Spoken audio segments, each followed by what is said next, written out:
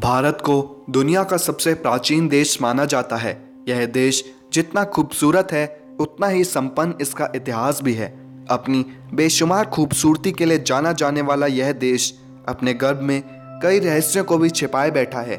और आज हम आप सभी से कुछ ऐसे ही रहस्य साझा करने वाले हैं जो शायद ही आपने पहले कभी सुने होंगे। तो आप इस वीडियो को अंत तक ज़रूर देखिएगा और अधिक से अधिक मात्रा में इसे लाइक और शेयर भी करिएगा। भारत के हिमालय पर्वतों पर एक छोटा सा गांव स्थित है जो काफी रहस्यमय माना जाता है। इस गांव की सीमा पर एक छोटा सा कमरा भी बना हुआ है। इस कमरे के अंदर 500 साल पुरानी मम्मी एक शीशे के चेंबर के अंदर रखी हुई है। स्थानीय लोगों का मानना है कि यह एक मौन भिक्षु की देह है जो जिंदा है परंतु गहरी साधना में लीन है। देखने में यह बेहद डरावनी लगती है, परंतु गौर से देखने पर नजर आता है कि इस मम्मी की बैठने की अवस्था एक ध्यान करते साधु की तरह ही है। इतने लंबे समय से जब लोगों ने इस देह को इसी अवस्था में यहाँ पाया तो इसके चारों ओर एक दीवार खड़ी कर कमरा बना दिया गया और आज यहाँ इसकी पूजा करी जाती है। असल में इसके पीछे का क्या रहस्य है यह कोई नहीं जानता। चीन के स्वायत्त क्षेत्र तिब्बत में दार्चेन से 30 मिनट की दूरी पर यह यम का द्वार है। यह पवित्र कैलाश पर्वत के रास्ते में पड़ता है। हिंदू मान्यता के अनुसार इसे मृत्यु के देवता यमराज के घर का प्रवेश द्वार माना जाता है। ऐसा कहा जाता है कि यहाँ रात में रुकने वाला जीवित नहीं रह पाता। ऐसी कई घटनाएं भी हो चुकी हैं, लेकिन इसके पीछे के कारणों का खुलासा आज तक नहीं हो पाया है। साथ ही यह मंदिर नुमा द्वार किसने और कब बनवाया इसका कोई प्रमाण भी नहीं है। ढेरों शोध हुए लेकिन कोई नतीजा नहीं निकल सका है। ताजमहल को आज दुनिया के 7 अजूबों में से एक अजूबा माना जाता है और इसकी खूबसूरती देखते ही बनती है। परंतु क्या आपको ताजमहल के पीछे छिपे रहस्यों के बारे में पता है? आप और हम जैसे आम लोगों को आज तक यही पता था कि यह अजूबा शाहजहां द्वारा अपनी पत्नी की याद में बनवाया गया था। परंतु दिल्ली यूनिवर्सिटी के प्रोफेसर पीएन ओक ने यह दावा किया है कि यह इमारत शाहजहां ने नहीं बनवाई थी, परंतु यह तो भगवान शिव का एक पौराणिक मंदिर था जिसको तेजो महालय के नाम से जाना जाता था और शाहजहां ने इसमें कुछ बदलाव कराकर इसमें अपनी बेगम की कब्र बनवा दी थी।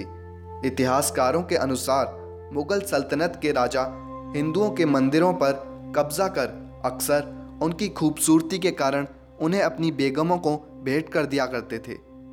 असल में यह इमारत कब, क्यों और किसने बनवाई इसका आज तक कोई सही अंदाजा नहीं लगा पाया है।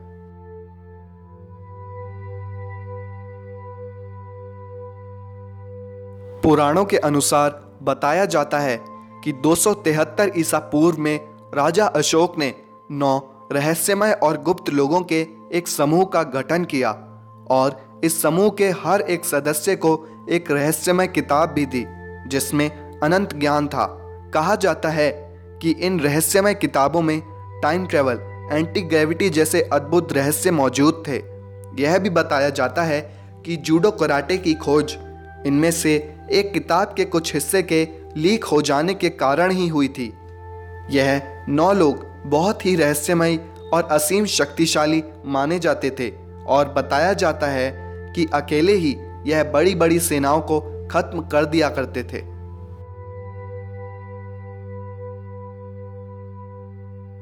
दोस्तों, क्या आप जानते हैं कि हमारे देश भारत के केरल में एक ऐसा गांव है जहां जुड़वा बच्चों की बहुतायत है। 2000 लोगों के इस गांव में 250 से ज़्यादा जुड़वा बच्चों के जोड़े हैं। हैरानी की बात तो यह है कि यह संख्या हर साल बढ़ती जा रही है। हाल ही में जुड़वा बच्चों के जोड़ों में इजाफा हुआ और अब यह 350 के लगभग हो चुके हैं। कोई भी इस रहस्य का अभी तक पता नहीं लगा पा रहा है। यह गांव इतना मशहूर हो चुका है कि कई इंटरनेशनल अखबारों ने भी इस खबर को छापा है।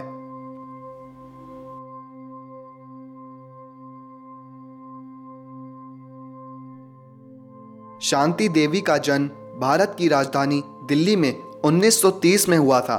4 साल की छोटी सी आयु में ही वह जिद करने लगी कि उसको जन्म देने वाले यह माता पिता उसके असली माता पिता नहीं हैं। उसने बताया कि उसके असली माता पिता किसी अन्य गांव में रहते हैं और उसका असली नाम लुज्जी है।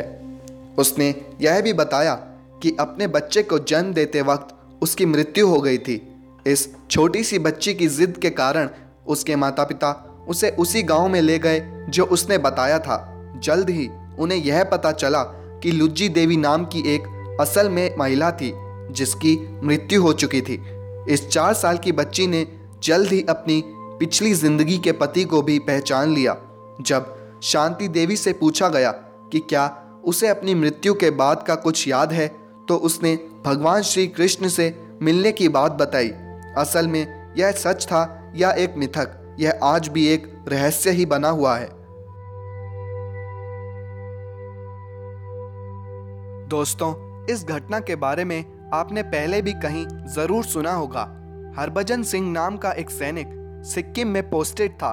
एक दिन वह खच्चरों का एक काफिला नाथुला पास से ले जा रहा था जब अचानक उसका पैर फिसल गया और गहरी घाटी की नदी में गिरने के कारण उसकी मृत्यु हो गई।